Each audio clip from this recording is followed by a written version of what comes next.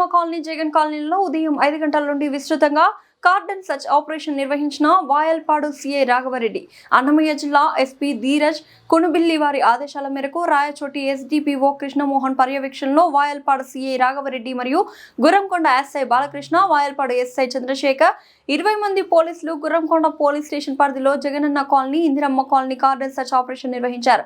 150 ఇండ్లను సోదాలు చేసి సరైన పత్రాలు లేని 17 బైక్లను స్వాధీనం చేసుకున్నారు. తనిఖీలలో బీహార్ నుంచి 7 మంది, జార్ఖండ్ 8 మంది, ఒరిస్సా 2, నంద్యాల 4 మంది, మదనపల్లి 2, అనంతపురం 4, నేపాల్ 2 వీరిని అనుమానంతో వారిని పోలీస్ స్టేషన్ కు తరలించారు. సిఐ రాఘవరెడ్డి స్థానికులతో మాట్లాడుతూ వాయల్పాడు పరిధిలో ఉన్న పెట్రోల్ బంకులో వారిని ఖచ్చితంగా ద్విచక్ర వాహనదారులకు హెల్మెట్ ఉంటేనే పెట్రోల్ ఇవ్వవలసిందిగా గట్టిగా తెలియజేశామని అన్నారు.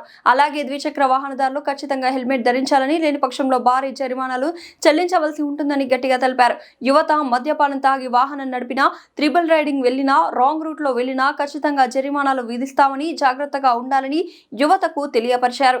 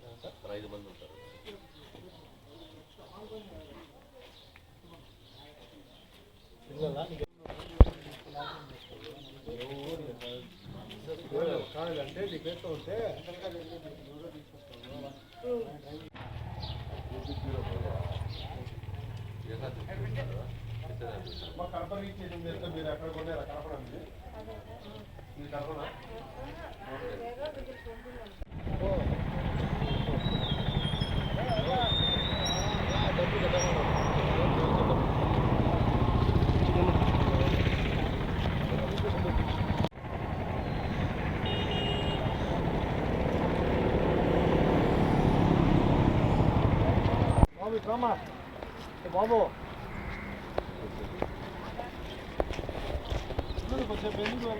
అందరూ గమనించండి బాబు, అందరూ ఒకసారి గమనించండి. ఈరోజు మీ ఇందిరమ్మ కాలనీ, జగనన్న కాలనీలో కారణంకి వచ్చేది ఫోన్ చేసి చెప్పండి. 1 డెలివరీ ఫోన్ చేసి ఈసారి ఫలానా ఏరియాలో ఇది ఈరోజు ఈ గంటకు మీరు ఫొటోస్ తీసుకొని అది కూడా వాట్సాప్ సెండ్ చేయండి. మరి వెరిఫై చేస్తాం. దీనివల్ల ఏమంటే ఎలాంటి దొంగతనాలు జరగవు, రేపులు జరగవు, ఏం జరగవు, ఈటీలు జరగవు. చేస్తారా లేదా?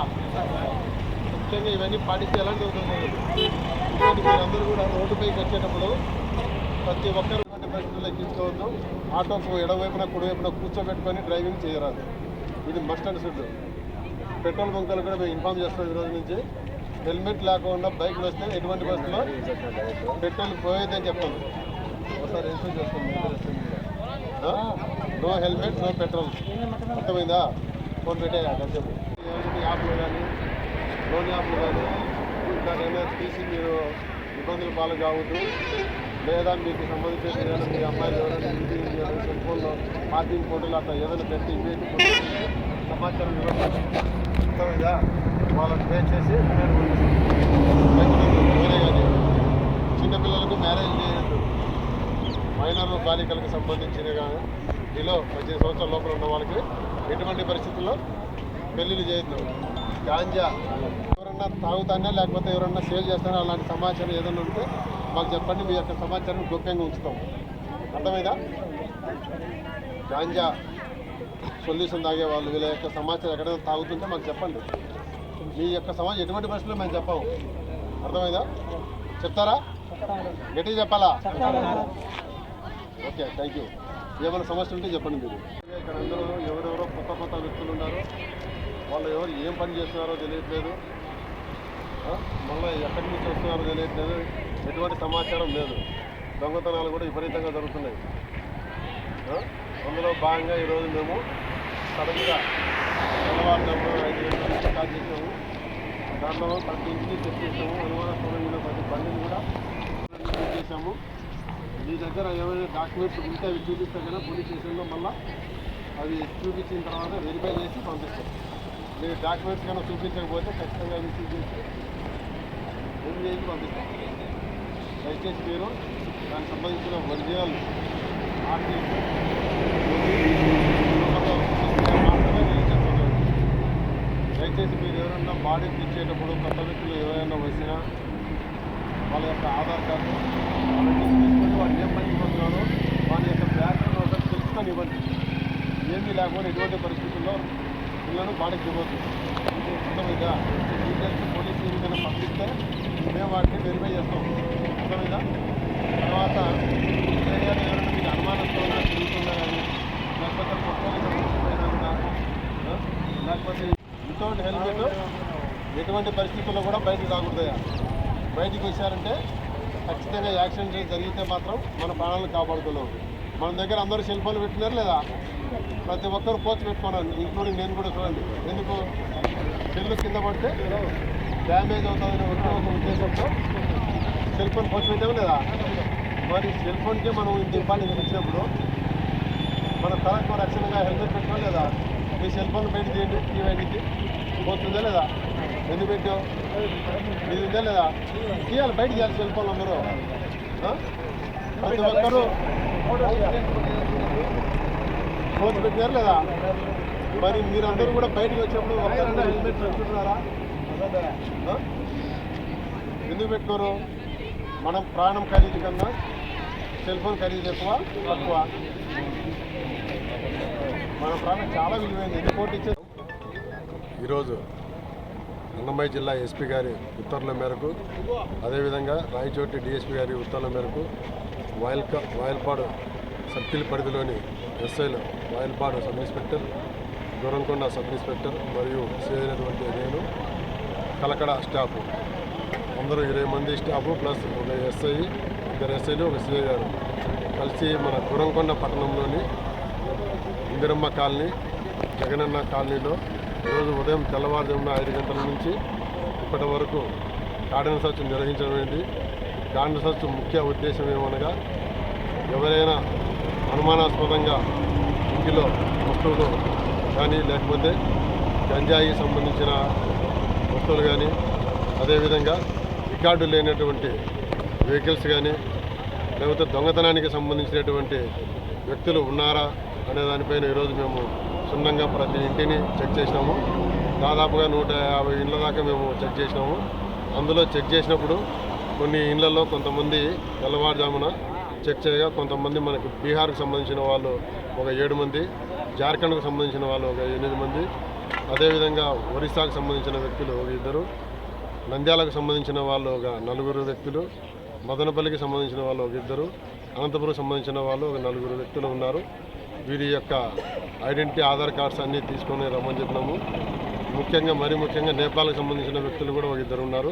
వీళ్ళందరూ కూడా గురంకొండ పోలీస్ స్టేషన్లో ఫింగర్ ప్రింట్స్ చేస్తాము. వారి యొక్క డేటా, నేర చరిత్ర ఏమైనా ఉన్నదా లేదని పరిశీలించి వారిపైన తగిన చర్యలు తీసుకుంటాము. ముఖ్యంగా ఈ బండ్లకు సంబంధించి ఇక్కడ చూస్తున్నారు మీరు, ఇవన్నీ 17 వెహికల్స్ వారి సరైన దోపత్తాలు చూపించినందున ఆ వెహికల్స్ అన్నీ సీజ్ చేశాము. ఎవరైనా సరే ఆ వెహికల్స్ సరైన దోపత్తాలు చూపిస్తే కనుక మేము వెరిఫై చేసి పంపిస్తాము. లేకపోతే ఇవన్నీ సీజ్ చేసి ఎంఈఏ గారికి పంపి దానిపైన తగిన చర్య తీసుకుంటాము. ముఖ్యంగా ప్రజలకు, గురంకొండ ప్రజలకు తెలియజేయడం ఏంటంటే, ఎటువంటి పరిస్థితుల్లో కూడా బంగారు కానీ లేకపోతే సిల్వర్ కానీ నగదు కానీ మీ వెంట తీసుకెళ్ళండి, లేదా బ్యాంకులో డిపాజిట్ చేయండి, లేదంటే మీ యొక్క బంధువుల ఇళ్ళ కానీ ఫ్రెండ్స్ ఇళ్ళలో కానీ పెట్టి పోగలను. దయచేసి మీరు ఎక్కడికైనా పోయేటప్పుడు పోలీసు వాళ్ళకైనా తెలియజేస్తే మీరు వచ్చే వరకు మేము పోలీస్ నిఘా పెట్టి దొంగతనం జరగకుండా కాపాడతాము. అదేవిధంగా ఈరోజు ట్రాఫిక్ మేనేజ్మెంట్లో భాగంగా ప్రతి ఒక్కరూ కూడా రోడ్డుపైకి వచ్చేటప్పుడు విధిగా తప్పనిసరిగా హెల్మెట్ ధరించవాలని తెలియజేస్తున్నాము. ఎందుకంటే ఒక ఇంటి మీద ఆధారపడిన వ్యక్తి చనిపోయిన ఎడల వారి ఇంటి మీద డిపెండ్ అయ్యే ఒక 5-6 మంది కనీసం అంటే ఉంటారు. వాళ్ళందరూ కూడా రోడ్డు మీద పడే అవకాశం ఉంటుంది. వాళ్ళకు సరైనటువంటి జీవన విధానము లేకుండా పోతుంది. అప్పుడు వాళ్ళ సంఘ విద్రోహ శక్తులు తయారయ్యే అవకాశం ఉంది. కాబట్టి మా యొక్క విజ్ఞప్తి ఏంటంటే, ఖచ్చితంగా హెల్మెట్ పెట్టుకోవాలా. అదేవిధంగా ఓవర్లోడ్ ఆటోలు ఎటువంటి పరిస్థితుల్లో ఎక్కించుకోరాదు. కారులో ప్రయాణించే వాళ్ళు సీట్ బెల్ట్ తప్పనిసరిగా పెట్టుకోవాలా. మితిమీరి డ్రైవింగ్, ఓవర్ స్పీడ్ చేయరాదు, ఓవర్టేక్ చేయరాదు అని కోరుకుంటాము. బైలైన్లో నుంచి మెయిన్ రోడ్డుకి ఎవరైతే హైవేకి వస్తారో వాళ్ళు చూసుకొని నిదానంగా మెయిన్ రోడ్డు ఇండికేట్ చేసుకొని రావాలని తెలియజేస్తున్నాము. అదేవిధంగా డ్రగ్స్ కానీ గాంజాకి సంబంధించినటువంటి సమాచారం ఈ వాయల్పాడు కానీ గురంకొండ కానీ ఎక్కడైనా ఎవరైనా అమ్మినా కానీ లేకపోతే తాగిన వ్యక్తుల యొక్క సమాచారం మాకు ఇస్తే ఈ యొక్క సమాచారాన్ని గోప్యంగా ఉంచి అటువంటి సంఘ విద్రోహ చర్యలు జరగకుండా మేము నిరోధిస్తామని తెలియజేస్తున్నాము. ఎవరు కూడా ఎటువంటి పరిస్థితుల్లో భయపడకుండా మీ యొక్క సమాచారాన్ని మేము ఎటువంటి పరిస్థితుల్లో ఇవ్వము, ధైర్యంగా ముందుకొచ్చి సమాచారం ఇవ్వాలని కోరుకుంటున్నాను. థ్యాంక్ యూ అండి, ధన్యవాదాలు. స్త్రీలపై అఘాయిత్యాలు జరగకుండా మేము కాపాడడానికి ప్రయత్నిస్తాము. థ్యాంక్ యూ అండి. మా జిల్లా ఎస్పీ గారు స్పెషల్ ఇంట్రెస్ట్గా మహిళలకు సంబంధించి అవేర్నెస్ ప్రోగ్రామ్స్ కండక్ట్ చేయమని చెప్పినారు. దానిలో భాగంగా మేము మా జిల్లా ఎస్పీ గారి ఉత్తర్వుల మేరకు, మా డిఎస్పీ రాయచోటి గారి ఉత్తర్వుల మేరకు అవేర్నెస్ కలిగిస్తున్నాము బిలో 18 years పిల్లలకి. ఇందులో భాగంగా మరీ ముఖ్యంగా తెలియజేందంటే ఎటువంటి పరిస్థితుల్లో కూడా స్త్రీలపై ఎటువంటి అఘాయిత్యాలు జరిగినా ఉపేక్షించేది లేదు. వాళ్ళపైన చాలా కఠినమైన చర్యలు తీసుకుంటున్నాము.